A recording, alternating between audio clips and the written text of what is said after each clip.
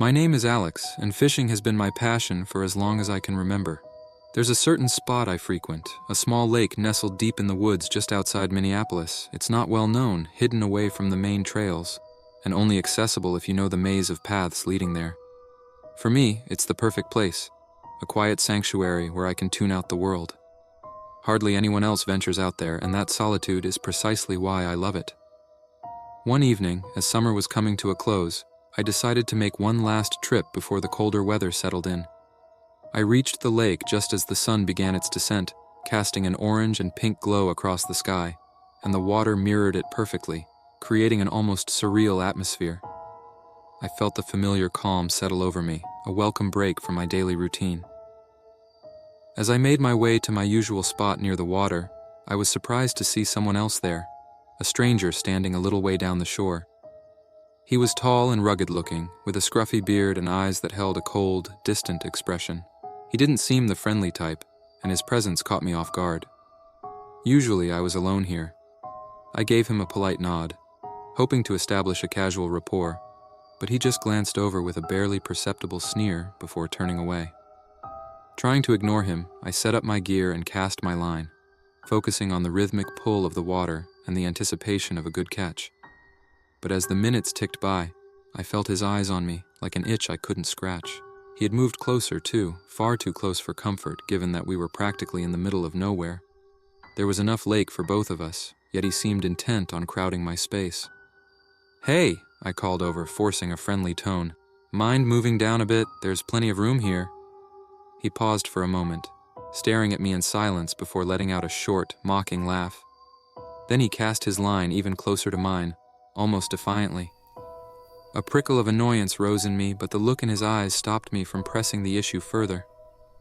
There was something unsettling about his gaze, something that hinted at malice just below the surface. Determined not to let him ruin my evening, I focused back on my fishing. The sun had nearly set now, and the lake was bathed in a dusky purple light. The air was growing cooler, and an eerie quietness had settled over the woods. I wanted to enjoy the calm, but with him so close, the peace felt forced. After a while, I noticed that he wasn't even really fishing. He would cast his line out, reel it back in, and then repeat the motion. But there was no enthusiasm in his actions. It was almost as if he were going through the motions just for the sake of staying there, just to unsettle me. His gaze seemed fixed on me more than the water, and the sensation of being watched sent an uncomfortable shiver down my spine. Eventually, I decided I'd had enough. I reeled in my line and began packing up my gear, hoping to leave without further confrontation. Just as I slung my bag over my shoulder and turned to leave, I glanced back to see him still staring at me, his face barely visible in the dimming light. He looked almost predatory, like a wolf watching its prey. I kept my eyes on the trail ahead, quickening my pace. The path was narrow and winding, flanked by thick trees and dense underbrush. The only sound was the crunch of leaves beneath my boots. I had made this hike countless times, but tonight, the trees seemed to close in on me, and shadows stretched in ominous shapes across the path. A prickling sense of unease started creeping up my spine. After a few minutes, I glanced back. My heart skipped a beat when I noticed him trailing behind, moving silently as if he was trying not to be seen. For a moment, I considered confronting him, but a gut feeling held me back. Instead, I quickened my pace, hoping he'd take the hint and leave me alone. Despite my efforts, he kept up, staying just out of reach. The more I tried to ignore him, the louder my pulse pounded in my ears. Every snap of a twig or rustle of leaves made me flinch. I finally reached the end of the path and practically sprinted the last few yards to my car. Throwing my gear in the back, I locked the doors and took a deep breath, my hands shaking. My eyes darted around, searching for any sign of him. To my relief, he was gone, or at least he was out of sight. I told myself it was probably just a coincidence, that he'd likely just been heading home as well. But as I drove down the winding dirt road, the uneasy feeling lingered, gnawing at me.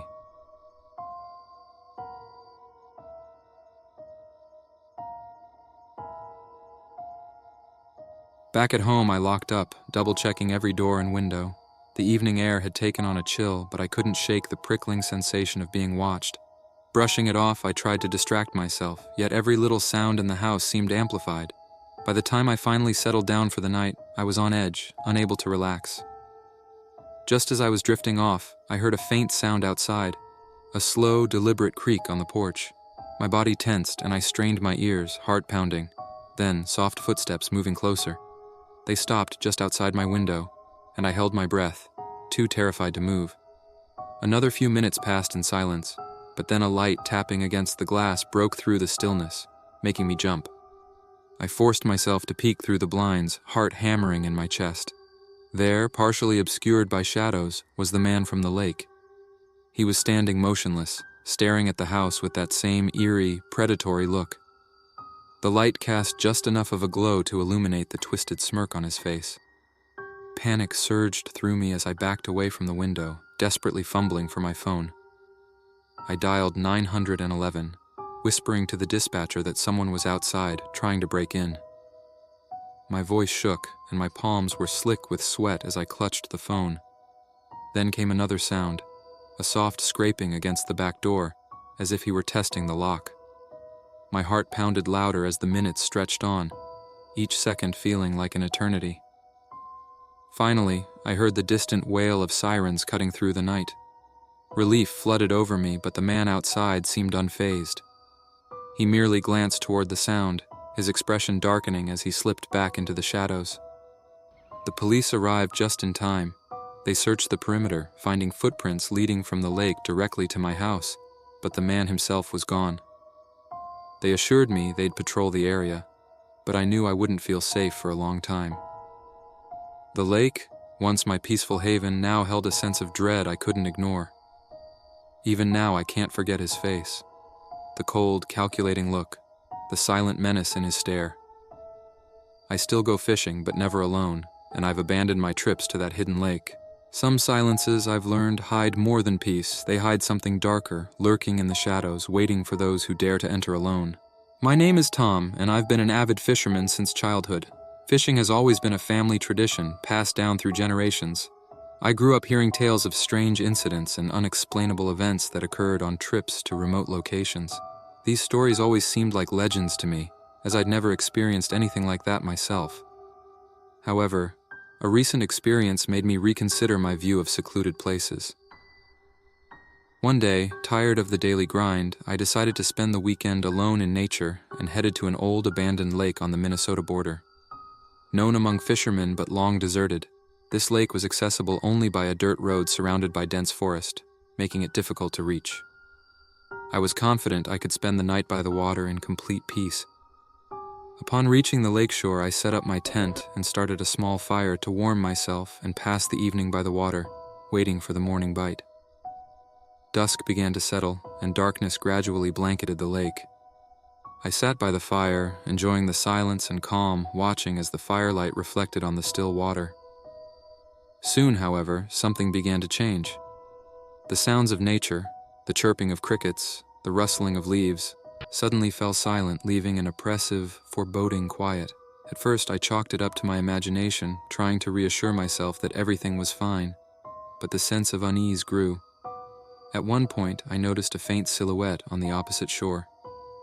In the dim moonlight, I could make out a human figure standing motionless by the water. But even squinting, I couldn't discern any facial features or clothing. The figure moved slowly and fluidly, as if it weren't real. And before I could make sense of what I saw, it disappeared behind the trees. I felt a surge of anxiety but decided not to panic. Sitting by the fire, I tried to focus on my fishing gear and thought about the morning ahead, but the feeling of dread wouldn't leave me. At one point, I even felt like someone was watching me. I glanced around and noticed movement among the trees behind the camp, a faint, shadowy flicker. Listening closely, I could hear a barely perceptible rustling, as if someone were creeping through the bushes. At that moment, I realized I was not alone in the forest. Looking carefully, I spotted the same silhouette on the opposite shore again, but this time it was closer. The figure stood motionless, staring directly at me. Summoning my courage, I called out, "Hey, is everything all right?" But the figure remained still, as if it hadn't heard me. Gradually, it faded back into the darkness, but the strange sounds didn't stop. I could still hear footsteps, the rustle of clothing and muffled breathing, as if an invisible presence was circling me. Suddenly I felt I was in danger.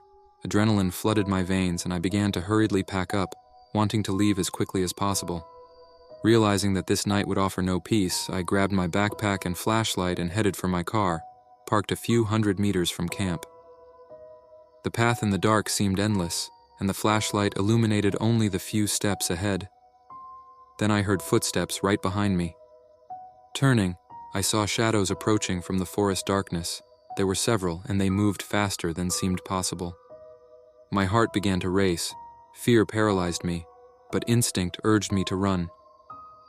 Without looking back, I sprinted forward, stumbling over roots and low branches as if the forest itself was trying to stop me. Suddenly I tripped over a root jutting from the ground and, losing my balance, fell, hitting my side on a rock hidden beneath the fallen leaves. A sharp pain shot through my body, forcing me to pause for a moment. My breathing was erratic, but in that second, fear revived my strength, and despite the throbbing pain, I scrambled to my feet and kept running. Branches tore at my clothes, leaving scratches on my arms and legs. I felt the shadows closing in, and each step was filled with desperation. Through the trees, I finally saw my car, a beacon of safety in this nightmare. The last few meters I almost flew, grasping at the air, barely staying on my feet. Jumping inside, I turned the key, but for a moment fear gripped me. The car wouldn't start. Only on the third try did the engine finally roar to life, and I sped away without looking back. In the rearview mirror, something appeared that chilled me. A dark figure stood on the road, watching as I drove off into the night. That night I returned home bruised but alive. Since then, I've never discovered who or what that was. I haven't stopped fishing, but now I avoid remote locations. One experience was enough to understand that some forests are best left undisturbed.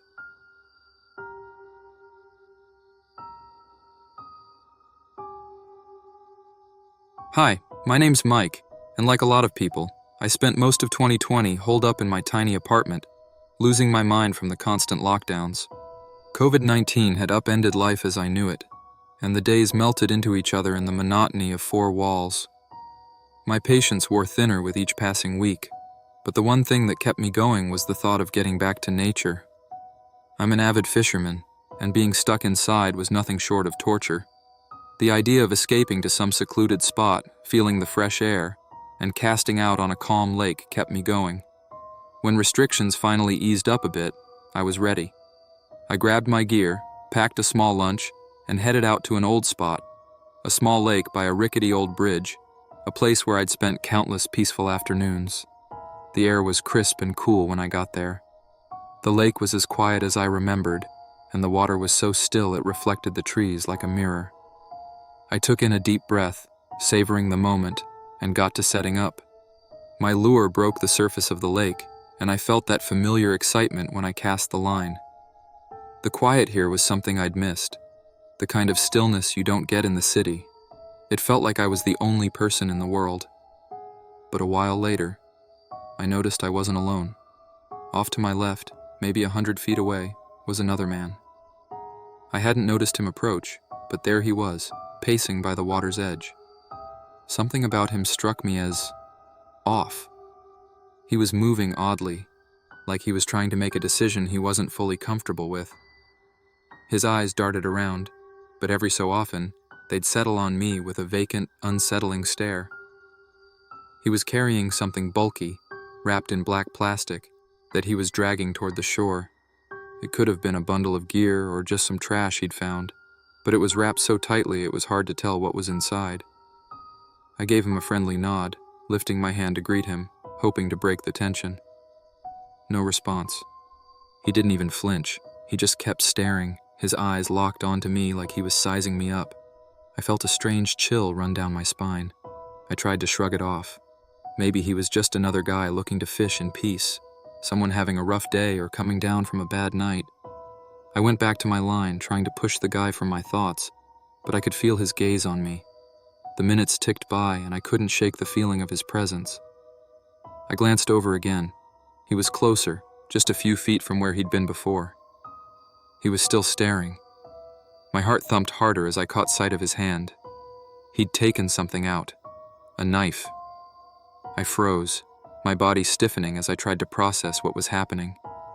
The guy moved a step closer, and then another, his footsteps slow, measured. I could feel my instincts kicking in, warning me to get out. I took a small, shaky breath, hoping to keep my movements calm and avoid setting him off. But as I backed away from the shore, he sped up, his eyes narrowing as he closed the distance between us. My mind was a mess of survival instincts and disbelief. Was this really happening? I grabbed my fishing rod, wielding it as a makeshift weapon. "Hey, back off!" I shouted, my voice echoing over the lake. He paused, but only for a second. I could see a dark, determined glint in his eyes, and it was clear he wasn't about to back down. He lunged forward, his knife gleaming in the early afternoon light. I swung my rod, managing to whack his shoulder, and I bolted. My heart hammered as I ran, each step pushing me further from the lake and closer to safety. But he was right behind me, his footsteps pounding on the soft earth. I threw a glance over my shoulder and saw him closing in, his face twisted into a disturbing sneer. Every survival instinct I had kicked in. I darted toward the bridge, hoping the rickety structure would slow him down. As I crossed, I could feel the wooden planks bending and creaking beneath me. Just when I thought I'd put some distance between us, I heard him. He was on the bridge, the boards groaning under his weight. I turned sharply into the woods, desperate to lose him in the maze of trees. I ducked behind a large fallen log, trying to catch my breath without making a sound. My hands were shaking, and adrenaline blurred my vision. I could hear his footsteps crunching on the forest floor, getting closer, stopping just on the other side of the log. I held my breath, praying he'd pass by, but his shadow loomed closer. Just as he rounded the log, I sprang up and shoved him back with all the strength I had. He stumbled, falling backward, giving me precious seconds to get away. I sprinted toward the old trail that led back to the road, hoping he wouldn't be able to keep up. I didn't look back. I just kept running until I reached the road, lungs burning, legs ready to give out. I flagged down a passing car, explaining through gasps what had happened. They drove me straight to the nearest police station. I filed a report, described everything in detail, the man's face, his strange behavior, and the weapon he'd pulled. The police assured me they'd look into it, but I don't know if they ever found him. I still fish, but I don't go alone anymore, and I don't go unarmed. That day changed everything for me. The peace I once felt by the lake now comes with a shadow of dread, a memory that reminds me to always be on guard. And every time I feel the slightest sense of unease, I know it's because I'm remembering that day. The day I realized that even a quiet lake, under an open sky, can become a deadly trap.